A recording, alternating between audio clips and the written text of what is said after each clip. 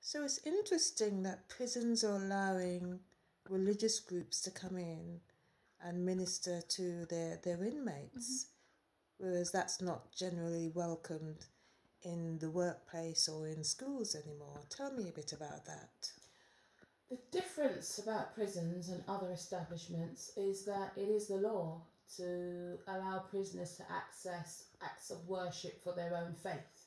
So there's not only Christian chaplains, there are chaplains from other faiths as well, and also of no faiths.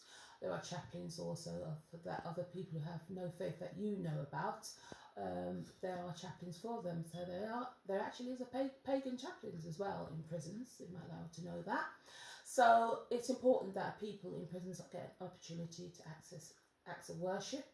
And that's why we've been allowed to go in as volunteers to be part of that. We're also quite blessed in our ministry to have a number of people in Prison Outreach Network who are now chaplains themselves, and they are working as part of the group that's in the prisons, the faith groups, in faith departments, I should say, that are in prisons.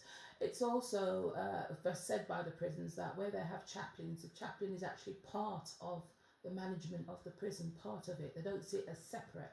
A chaplain has a key part to play in how the prison is managed and how prisoners are supported.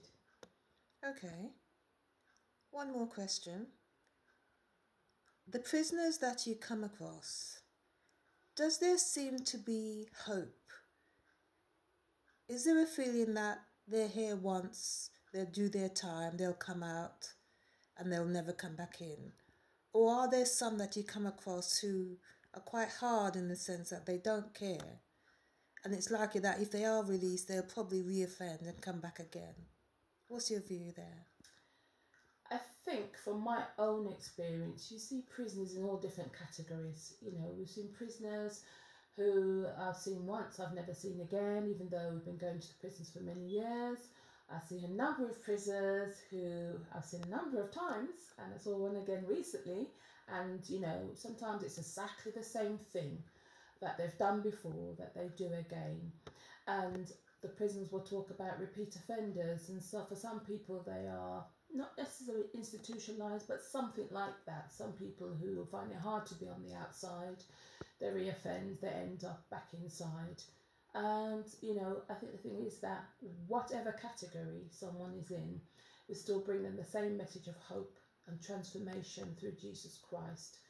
And, you know, if I see someone that I've seen before, I do say to them, if they like to tell me what happened, and normally they try and tell you straight away, oh, this is what happened to me. And I tell them, look, I'm going to pray for you exactly on what you're talking about, what's happened, so that it doesn't happen again. And I pray that God will transform them.